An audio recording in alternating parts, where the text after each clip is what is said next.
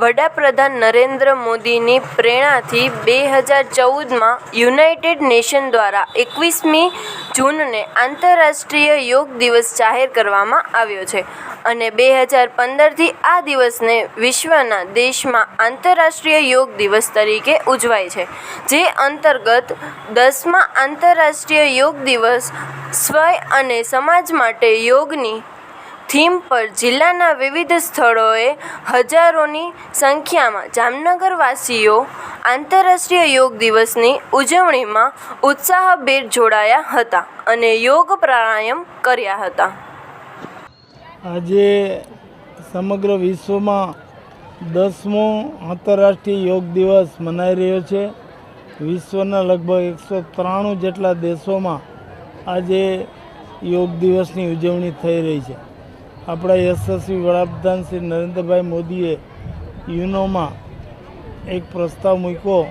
એના અનુસંધાને યુનોએ 21 જૂનના દિવસને આંતરરાષ્ટ્રીય યોગ દિવસ તરીકે સ્વીકાર્યો અને આ રીતે આપણા આખા વિશ્વમાં યોગને વૈશ્વિક માન્યતા મળી અને એમાં મુખ્ય પ્રધાન આપણા યશસ્વી વડાપ્રધાન નરેન્દ્રભાઈ મોદીનું છે.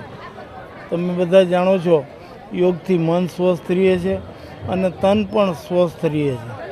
આપણા ઋષિમુનિઓએ આપણી પ્રાચીન જે ચિકિત્સા પદ્ધતિથી લઈ અને જીવન પદ્ધતિ હતી એમાં યોગ વિશે ઘણું બધું સંશોધન કર્યું અને એ સંશોધનનું પરિણામ સ્વરૂપ આ યોગ વિદ્યા અસ્તિત્વમાં આવી અને જેને આજે સમગ્ર દુનિયાએ સ્વીકારી છે એ આપણા માટે ગૌરવની વાત છે. આજે જામનગર જિલ્લામાં અહીં જિલ્લા કક્ષાનો આંતરરાષ્ટ્રીય યોગ દિવસની ઉજવણી કરવામાં આવી રહી છે. હજારોની સંખ્યામાં વિદ્યાર્થી ભાઈ બહેનો, યુવક યુવતીઓ, સરકારી કર્મચારીઓએ બધાએ આ કાર્યક્રમમાં આનંદભેર ઉત્સાહભેર ભાગ લીધો છે.